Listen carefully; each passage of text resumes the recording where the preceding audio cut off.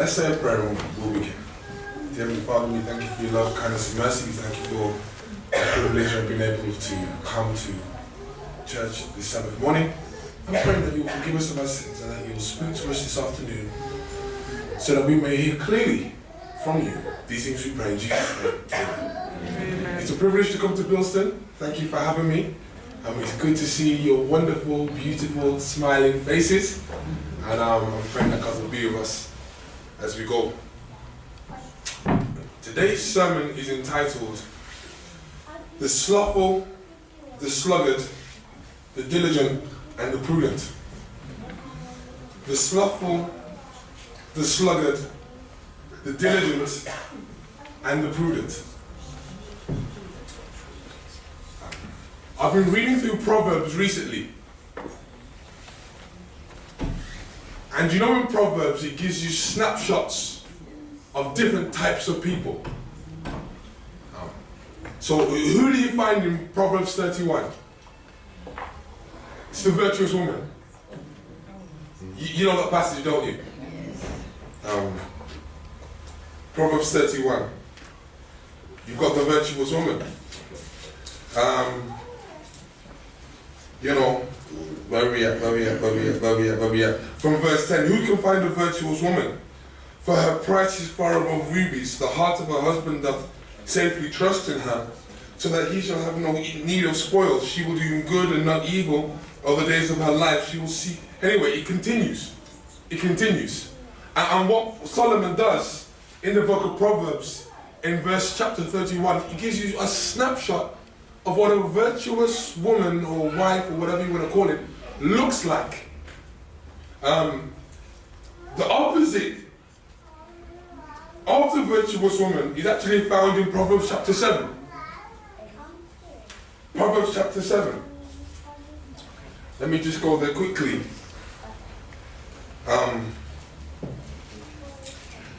Proverbs 7, reading from verse 7, and behold, among the simple ones I discerned, among the youths, a young man void of understanding. Passing through the street near her corner, and he went the way to her house, in the twilight, in the evening, in the black and dark night, and behold, there he met him a woman, with the attire of an harlot, and subtle of heart. She is loud and stubborn, her feet abide not in her house, now is she without, now in the streets, and lieth in wait at every corner. So she caught him and kissed him, and with an impudent face said unto him, I have peace offerings with me, and this day have I paid my vows. Therefore came I forth to meet thee, diligently to seek thy face, and I have found thee. I have decked my bed with coverings of tapestry, with carved works, with fine linen of Egypt. I perfume my bed with myrrh, aloes, and cinnamon. Come, let us take our fill of loves until the morning. Let us solace ourselves with loves, for the good man is not at home, he is on a long journey. He has taken a bag of money with him, and will come home at the appointed day. With her much fair speech, she caused him to yield. With the flattering of her lips, she forced him. Anyway, the chapter continues. So, you've got a description here of an individual who is what I've called the opposite of the virtuous woman. So you see what Solomon's doing? He's painting pictures with words of different types of people. That's what he's doing in the book of Proverbs. And in the book of Proverbs, he paints 4 pictures of 4 types of people. The slothful, the sluggard, the diligent, and the prudent. Now, hold on to your seats. What I'm going to do is I'm going to read all the verses that Solomon gives of the 4 different people that he's painting pictures of.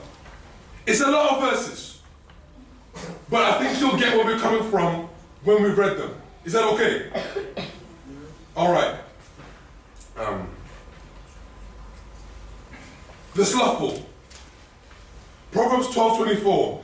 The hand of the diligent shall bear rule, but the slothful shall be under tribute. Proverbs 12:27. The slothful man roasteth not that which he took in hunting, but the substance of a diligent man is precious.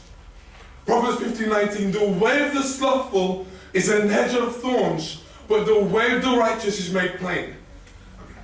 Proverbs 19:24, a slothful man hideth his hand in his bosom, and will not so much as bring it to his mouth again. Proverbs 21:25, the desire of the slothful killeth him, for his hands refuse to labor. Proverbs 22:13, the slothful man saith, there is a lion without, I shall be slain in the streets. Proverbs 19:15, slothfulness casteth into a deep sleep, and an idle soul shall suffer hunger. And then he tells his parable in Proverbs 24 from verse 30. I went by the field of the slothful, and by the vineyard of the man void of understanding. And lo, it was grown over with thorns, and nettleness had covered the face thereof, and the stone wall thereof was broken down. Then I saw and I considered it well. I looked upon it and received instruction. Yet a little sleep, a little slumber, a little folding of the hands to sleep, so shall thy poverty come as one that travelleth, and thy want as an armed man. The slothful man, Proverbs 26:13, said, there is a lion in the way, a lion is in the streets. Proverbs 26:14, as a door turneth upon its hinges, so doth the slothful upon his bed. Proverbs 26:15, the slothful hideth his hand in his bosom, it grieveth him to bring it to his mouth. He also that is slothful in his work is a brother to him that is a great waster. That's the slothful, Proverbs 18:9. We've just seen what the slothful looks like. Let's look at the sluggard. Let's look at the sluggard. Let's look at the sluggard. Proverbs 6:6, go to the ant, thou sluggard. Consider her ways and be wise. Which having no guide, overseer or ruler, provideth her meat in the summer, and gathereth her food in the harvest. How long wilt thou sleep, O sluggard? When wilt thou arise out of thy sleep? Yet a little sleep, a little slumber, a little folding of the hands to sleep. So shall thy poverty come as one that travelleth, and thy want as an armed man. Proverbs 10:26, as vinegar to the teeth, and as smoke to the eyes, slow is the sluggard to them that send it.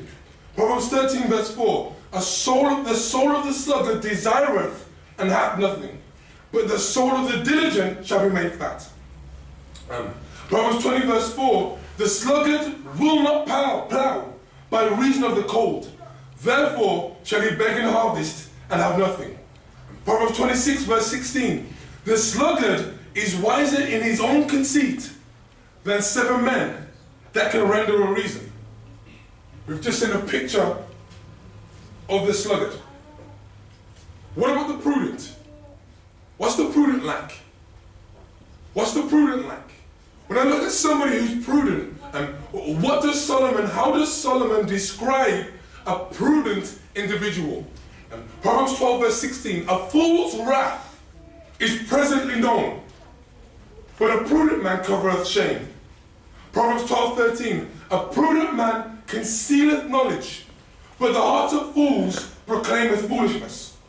Proverbs 13:16, every prudent man dealeth with knowledge, but a fool layeth open his folly. Proverbs 14:8, the wisdom of the prudent is to understand his way, but the folly of fools is deceit.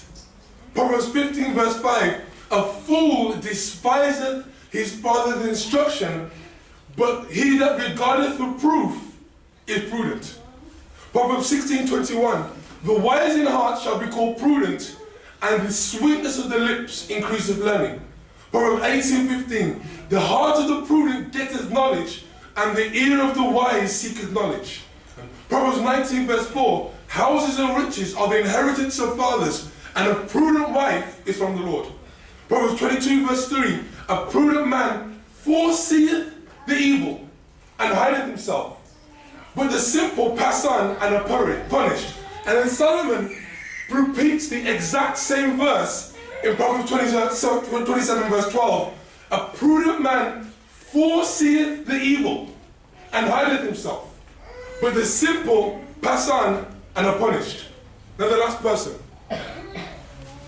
The last person is the diligent. The diligent. Proverbs 10 verse 4, he becometh poor that dealeth with a slack hand, but the hand of the diligent maketh rich. Proverbs 12:24, the hand of the diligent shall bear rule, but the slothful shall be under tribute. And verse 27 of the same chapter, the slothful man roasteth not that which he took in hunting, but the substance of the diligent man is precious. And Proverbs 13 verse 4, the soul of the sluggard desireth and hath nothing, but the soul of the diligent shall be made fat. Proverbs 21 verse 5, the thoughts of the diligent tend only to plenteousness, but of everyone that is hasty, only to want. Seest thou a man, Proverbs 22 verse 29, seest thou a man diligent in his business, he shall stand before kings, he shall not stand before mean men. Be thou diligent, Proverbs 27 verse 23, chapter 27 verse 23. Be thou diligent to know the state of thy flocks, and look well to thy herds, for riches are not forever. And doth the crown endure to every generation? The hay appeareth, and the tender grass showeth itself, and herbs of the mountains are gathered, and the lambs are for thy clothing, and goats are the price of their field, and thou shalt have goat's milk enough for thy food, and for the food of thy household, and the maintenance of thy maidens. Now here we go. The slothful person is an individual. There's a difference between the slothful and the sluggard. Listen to me very carefully. The slothful person is an individual who's lazy and who is unwilling to make an effort to work. Did you hear that? Unwilling to make an effort. The sluggard is a person who is coming from that root word slug. They're just slow. Slow, slack, habitually indolent is what the definition comes with. Now the prudent, acting with or showing care or thought for the future. They're looking ahead. And the diligent is having or showing care and conscientiousness in one's work and duties. They're careful. They're doing things in a detailed and a careful way. Now, there's only 3 points I'm making this afternoon. 3 points. This is the first point. This is the first point. This is the first point. Your inward attitudes can affect your outward environment. Your inward attitudes can affect your outward environment. Your inward attitudes can affect your outward environment. Proverbs 24 verses 30 to 34. I went by the field of the slothful, Simon says. He's looking. He's looking. 1, 2. Can you hear me? Yeah. You got me? Solomon's looking. As he's driving, he sees the field of the slothful. So he just pauses his car. He just stops his car. I thought, let me just take a look. And as he's analysing the field, he sees a few things. And it was grown over with thorns. Nettles had covered the face thereof, and the stone wall thereof was broken down. And I saw it, he said, and I considered it well. So he's looking. And he's thinking about what he's seen. He says, I received instruction, a little sleep, a little slumber, a little folding of the hands to sleep, So shall thy poverty come as one that travelleth, and thy want as an armed man. Here we see something interesting. The slothful person's inward attitudes towards work was affecting their outside experience. What was happening on the outside was reflective of what was taking place on the inside. What was happening on the outside was reflective of what was taking place on the inside. I will never forget this. Mr. Bates was my chemistry teacher for A-level. And one young boy, not young boy, but it's about 17, 18.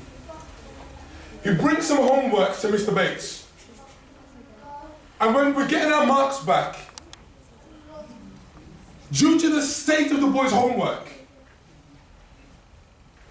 he said to the guy, "Is your room a mess?" He looked at the boy's homework. Are you hearing me? He looked at the boy's homework and said to him, "Is your room a mess?" The guy went, "Yes." Then he went, "Have you ever found rats in your room?" The boy said, "Yes." Mr. Bates was able to accurately predict the boy's outside environment from his inward attitudes. Many times, we're looking at what people look like on the outside and what they're doing outside, and we're seeing outward behaviors. And we're not realizing that sometimes I'm trying to help somebody with their outward behaviors, but maybe what I need to do is switch it up. Don't just simply try to help people's outward behaviors. If you work on their inward attitudes, that will help change their outward behaviors. Another text that he comes with, he says that the way of the slothful man is a hedge of thorns, but the way of the righteous is made plain. I did my research, Proverbs 15:19. It's like you got two people, they're going in the same way. You got the slothful person and you got the righteous person, and they're on the exact same path. But the righteous person's way is plain. They're on the same path. But the slothful person's way is like a hedge of thorns.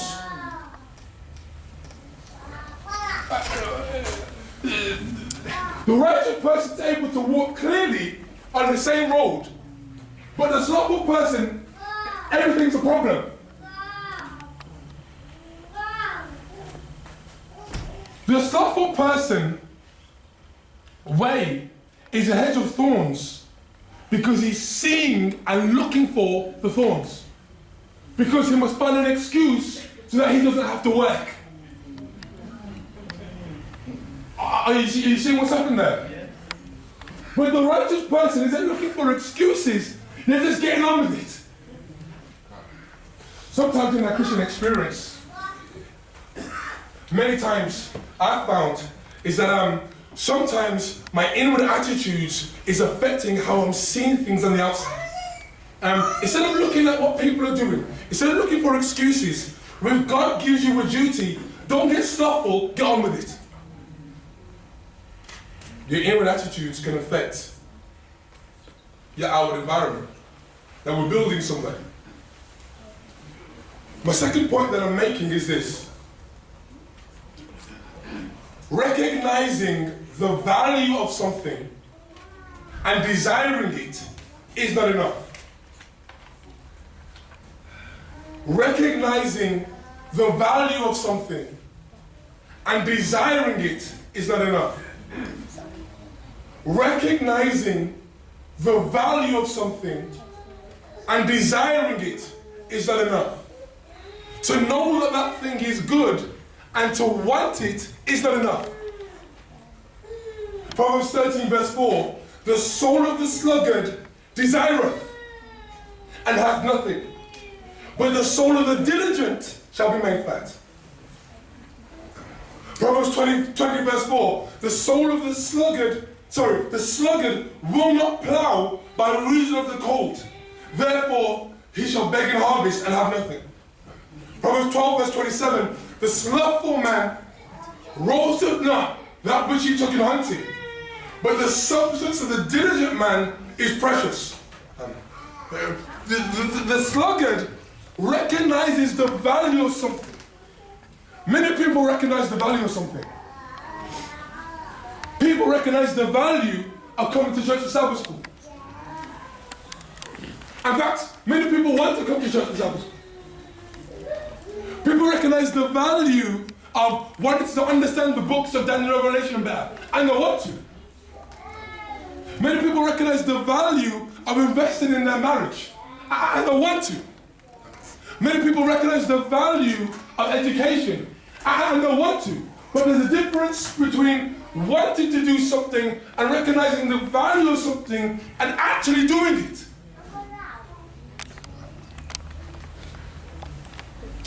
Three frogs sitting on a log. You've got three frogs sitting on a log.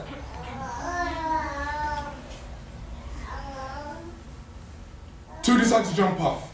How many are left on the log? Three frogs sitting on a log. Two decide to jump off. How many are left? Three frogs sitting on a log. Two decide to jump off. How many are left? Three. There's a difference between deciding to do something and doing it.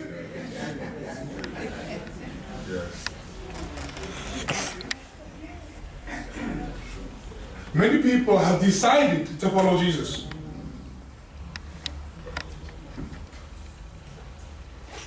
Many people have decided to take their relationship and their walk with God seriously. Many people have decided, you know what, let me start reading the Bible properly. Let me get on the Bible properly. Let me start doing my devotions properly. Many people have decided many things in church. But what's happening is, what's happening with the soul of the sluggard? The sluggard desires and has nothing. It requires more than desire. It requires you to be diligent. To be diligent. To be diligent. Now, that leads us onto our next point. Looking ahead. Looking ahead is essential in getting ahead. Looking ahead is essential in getting ahead. Proverbs 22 verse 3, a prudent man foreseeth the evil and hideth himself, but the simple pass on and are punished. And then Solomon repeats the same verse again, Proverbs 27 verse 12, a prudent man foreseeth the evil and hideth himself, but the simple pass on and are punished. The prudent man is looking ahead. So, let me explain this way. You know when you're driving, if you just look here at the car in front of you, you're in trouble. Sometimes you got to, not sometimes, you need to be looking ahead. And when you're looking ahead, that can affect, so you're over here and you're looking over here. But what's going on over here might affect what you have to do over here. Do you see what I'm saying? You may need to put the brakes on over here because of what's going on clean over there.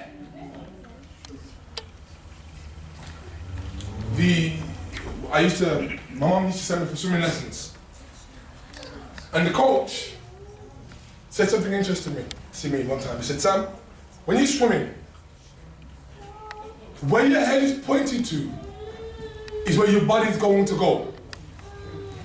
So if you turn your head left, he said your body will go left when you're swimming. If you put your head up like this, then eventually, you see what I'm saying? The direction where you're going is where you're looking. And the question is have you been looking ahead? Many people are living for the now, but are you looking for ahead? In Matthew chapter 24, Jesus gives us some signs. We're reading in Revelation right now for the Sabbath School quarterly, and God, the God of the Bible, has given us some signs so that we can look ahead. Wars and rumors of wars. Are you looking ahead? pestilence and famine in different places. Are you looking ahead? And the reason why he gives us these signs is that we can look ahead, so that we can maybe put the brakes on what we're doing right now. Because he says, when you see these things, understand and know that my coming is soon. When you look ahead, makes you realize that maybe I need to change my inward attitudes. When you look ahead, makes you realize that desiring something is not necessarily enough. When you look ahead, it switches things up. Now, let me help you. To foresee, to look ahead, because you know there's different types of looking. To foresee is to be aware of beforehand. The ant, according to Solomon, looks ahead. Go to the ant, thou sluggard. He says, when you look at some ants, he says, there's some things you need to consider. Go to the ant, thou sluggard, consider her ways, and, the Bible says, be wise. Having no guide, overseer, or ruler. Just up there. The ant doesn't have somebody over it in the mornings whilst it's in bed.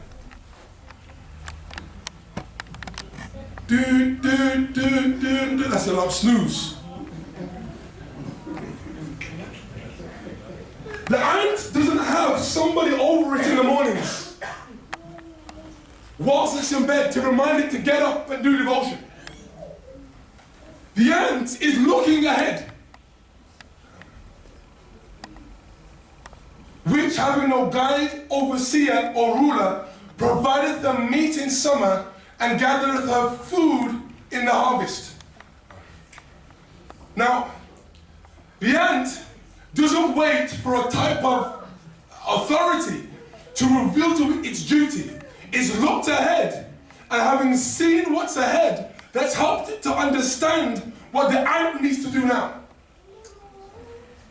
Proverbs 30:24 says something interesting. It says, there'll be 4 things which are little upon the earth, but they are exceeding wise. The ants are a people not strong, yet they prepare their meat in the summer. The ant recognizes that there's a time for preparation and there's a time for action. And they recognize that there's going to be a time when we won't be able to gather food, so the time to gather food is now. Solomon says, look at this. There's a spiritual lesson and application that can be made here.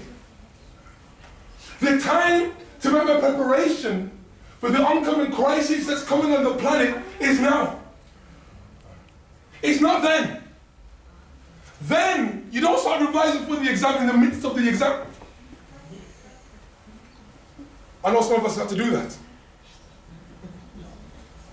You prepare from now. The time to prepare was yesterday. The next best time is now. If that makes sense. Children, let me help you. One-armed boy. I did promise the children a children's story. And then we'll wrap it up. One-armed boy. Boy's got one arm. He's about 8 years old again. And the parents decide they're going to teach him a skill. A skill. So what should we teach him? He's only got one arm. What can we teach him? What can we teach him? Where can we take him? Where can we take him? So, oh, I know. We'll teach him judo. He's got one arm. I told you this evening. He's only got one arm. So they're trying to find a tutor to teach him judo. Trying to find a tutor. They can't find a tutor, they can't find a tutor, they're trying to find one, they can't find one, they're trying to find one, they can't find one. And eventually, they find somebody who's willing to teach him judo. Now it's risky because it's only, you know how judo is. He's only got one arm. So the judo teacher takes him on, and he's trying to teach him different moves, and he's realizing he's handicapped. Because because he's only got one arm. He's handicapped. He's handicapped. So the judo teacher, trainer, whatever you call them, takes a different tactic. He said, what I'm going to do is, I'm going to teach you one move. So now he's got one arm and one move. He gets the guy to perfect this one move.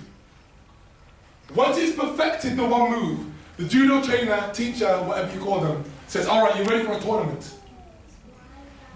Tournament. He hasn't had a fight yet, but he's now ready for a tournament.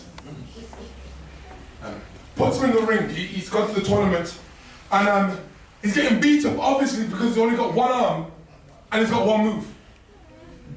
And as he's getting, he seems like he's going to get knocked out. The judo trainer comes to the edge of the ring and shouts out, use the move.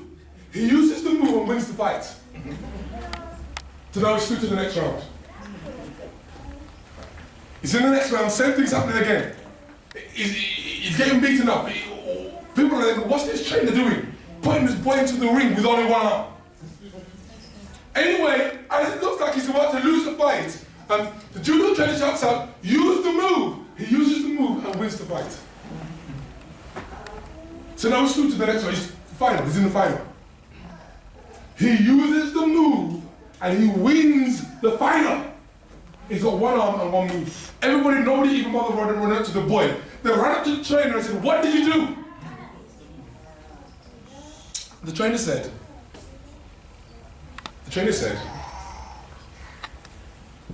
I taught him the most difficult move that there is to learn in judo.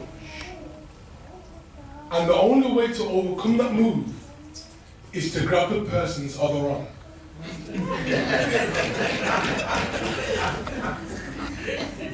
catch it? You would have looked at the boy, I would have looked at the boy, I would have said, you know what, he's got weaknesses. Don't put him in the ring. He can't do it. Because he hasn't got the necessary capacity to be able to handle that type of environment. He's got flaws which are natural with him. And so because he's got flaws which are natural with him, natural to him, he's got weaknesses, he's got handicaps. He can't do that which other people can do. And the trainer says, no. What I can do is, I can take those weaknesses and turn them around so that his weaknesses become strengths. What the God of the Bible says is this. Some of us have natural tendencies. I know me. When I was going through Proverbs and I was seeing the stuff about the sluggard and in bed, and as the sluggard turns upon his hinges, and as the sluggard turns upon his head, so does the door turn upon its hinges. God says, I can do something for you. Maybe you've got tendencies which aren't correct, and God's calling you to a more correct way of doing things. He says, what I can do for you is I can do this.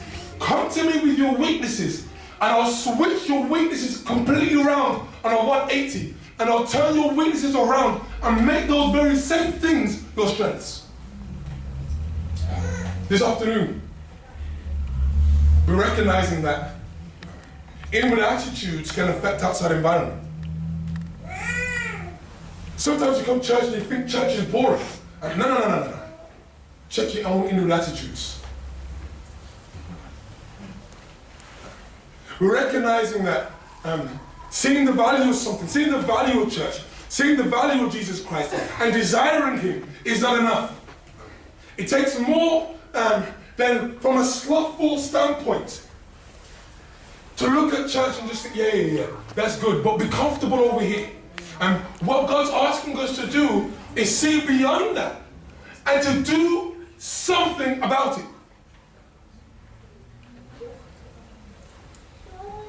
And what God's asking us to do is to look ahead. And as you look ahead, that can affect your life right now. If it's your desire to give God your weaknesses so that He can make them and turn them around to be strengths, I'm just going to ask you to raise your hand where you are, and I'll say a prayer for you.